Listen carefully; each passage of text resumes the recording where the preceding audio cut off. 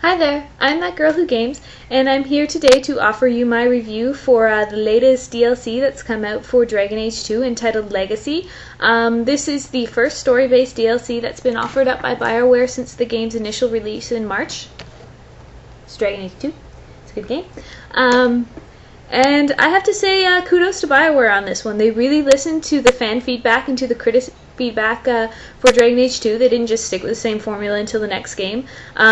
They've done a great job on the combat improvements. There's no more wave combat, no more walking in and seeing 6 enemies and fighting 6 enemies and 6 more enemies come out and then you fight those 6 enemies and then 6 more. There's no more of that. The enemies are there on the screen. They're a lot smarter. They require more tactical combat on your part, so I think that's fantastic. There are no repeated environments this time, which is great. Neither from Dragon Age 2 nor within the DLC itself. All the environments are original. They look fantastic. There's one particularly at the beginning I really enjoy, the Carta base. If you've forgotten who the Carta are, or you never knew, they're the organized crime unit within the Dwarven world. And you head there to the Carta base at the beginning because the Carta have been attacking Hawke in her home, and you don't know why, and you want to find out, because obviously you don't want Dwarven assassins to continually show up at your house. It's not ideal. So you go there and you check it out. You get this beautiful, rich environment, and then Hawke heads into a Grey Warden prison. So if you miss your Grey Warden from Origins, which I sometimes do because she was wonderful, you'll get a lot more Grey Warden lore in this game, and a lot more lore for the world in general, which I think is really fantastic. I'm a big Dragon Age world junkie. I love the books. I love all the story. I like to read all the codex entries. So if you're like me in that regard, there are some new codex entries here, some new mysteries introduced, some more history about the magic of the world, which I think is really fantastic that you get to see that, and some nice new weapons and associations on those weapons.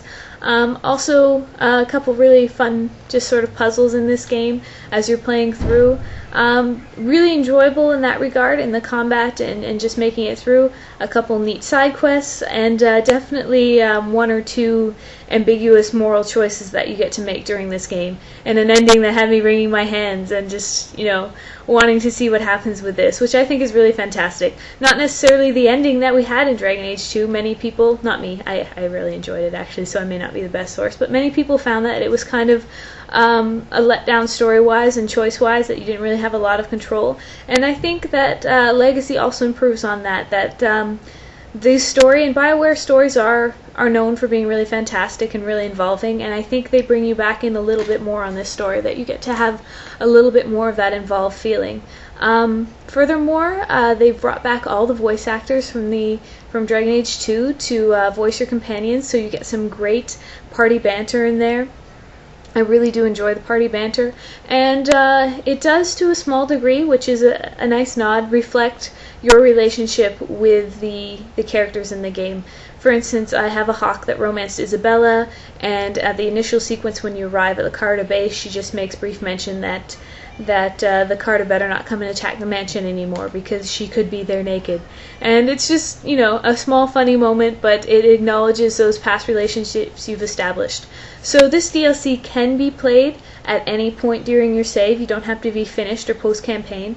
If you are playing from a post-campaign save, it actually is supposed to take place chronologically sort of just before the endgame events.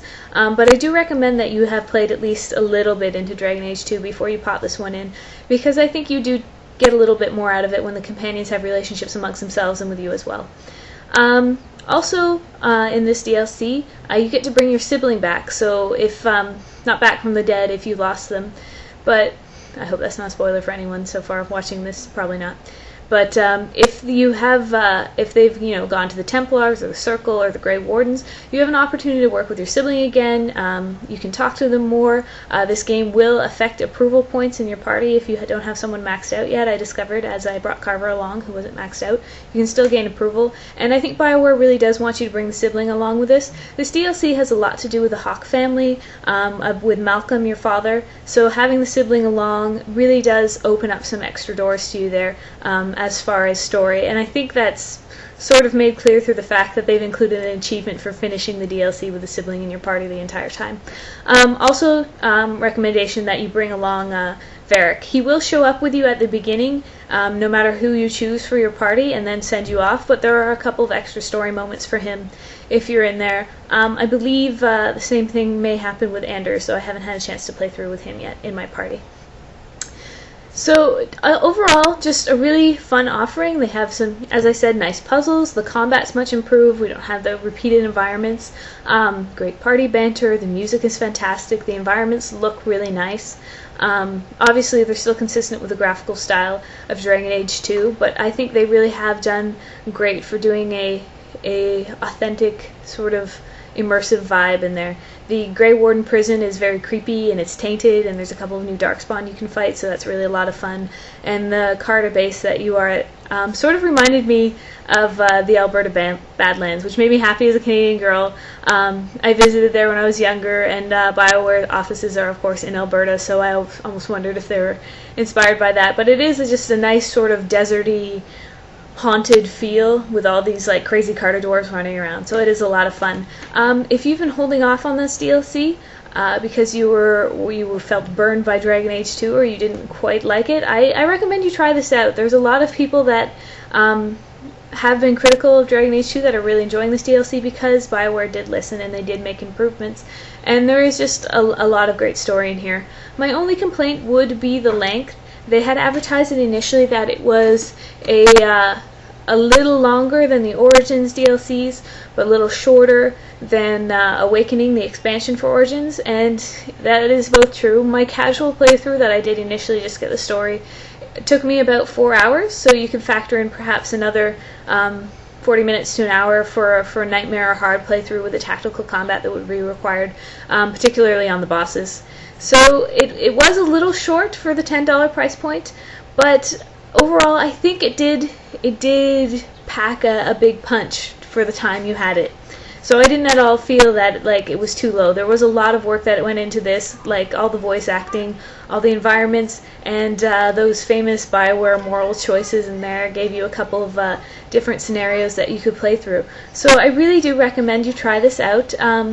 It is available as of yesterday on all the platforms, PS3, 360, PC, and Mac, for $10 or whatever the equivalent point value is. I'm sorry, I'm not familiar with all the points. I think it's 800 Microsoft points, and I'm sorry, I don't know how many BioWare points, but $10. Yeah, it was a lot of fun to play, and it adds definitely something to Dragon Age 2, and it makes me really excited for future DLCs if they're following in this pattern.